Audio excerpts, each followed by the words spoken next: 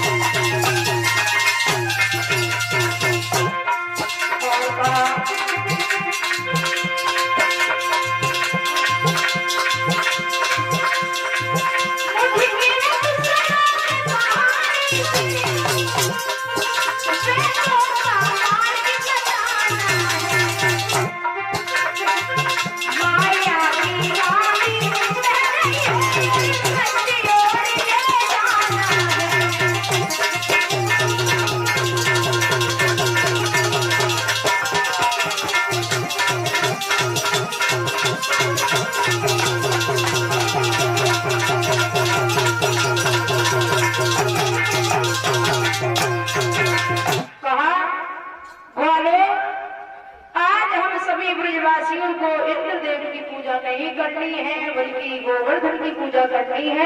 मैया को पता नहीं है कि सच्चा देव सच्ची पूजा करने वाला कौन है। मैया के पास भी भगवान पहुंचे तो बात कहने लगे हैं कि मैया शायद तुम्हें पता नहीं है तुम जिसकी पूजा करने जा रही हो उसके बारे में तुझे कुछ ज्ञान नहीं है। मैया ने जवाब दिया बेटा अगर तुझे ज्ञान है तो तू बता दे। मैया ने जवाब दिया है कि थोड़ा सा यज्ञ हवन करके इंद्रासन इसने पा लिया उसकी तुम पूजा करने जा रही हो। तो मैया ने बड़े मुस्कुराते हुए एक शब्द कहा है कि बेटा जिसके हाथों से हम सबका जीवनी पालन पोषण है और किस कार्तिक कृष्ण चतुर्दश को इंद्र देव का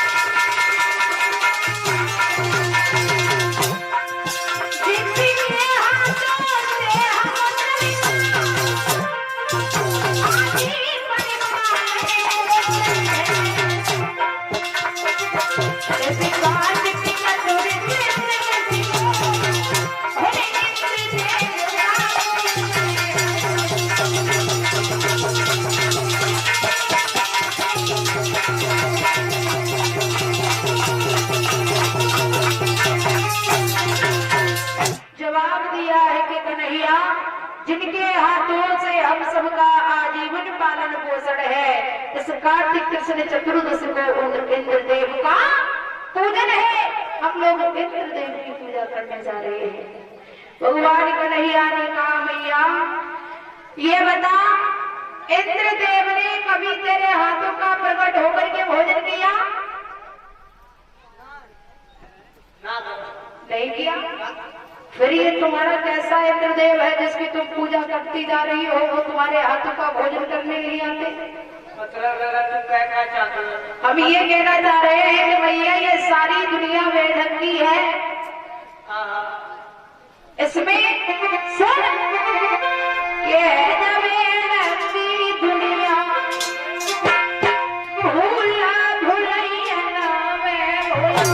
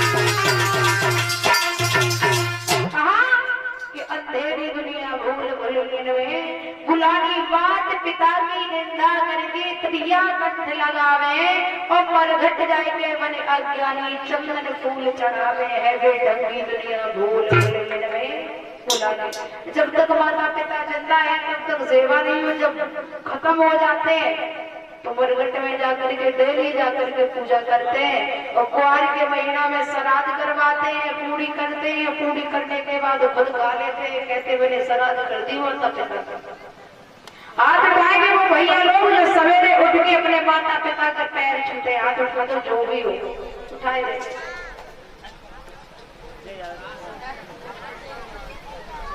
तुम छुआ तो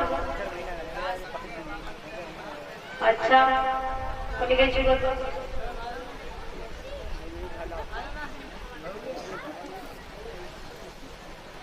खैर जो छूते हैं उनके लिए वेलकम और नहीं छूते उनके लिए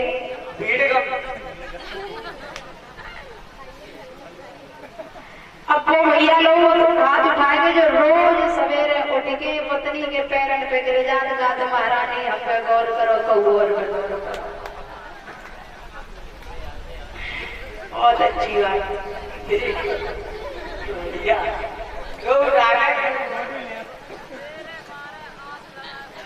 और देखो सच्चाई बताने में कोई उसमें क्या चोरी है भाई, सच्चाई तो बतानी ही पड़ेगी।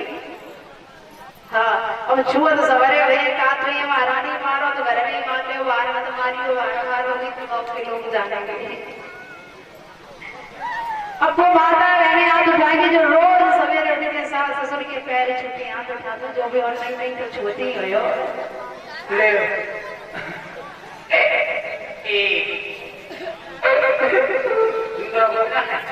आप माता बहना हाथ सास ससुर को पकड़ चिड़िया दे रखे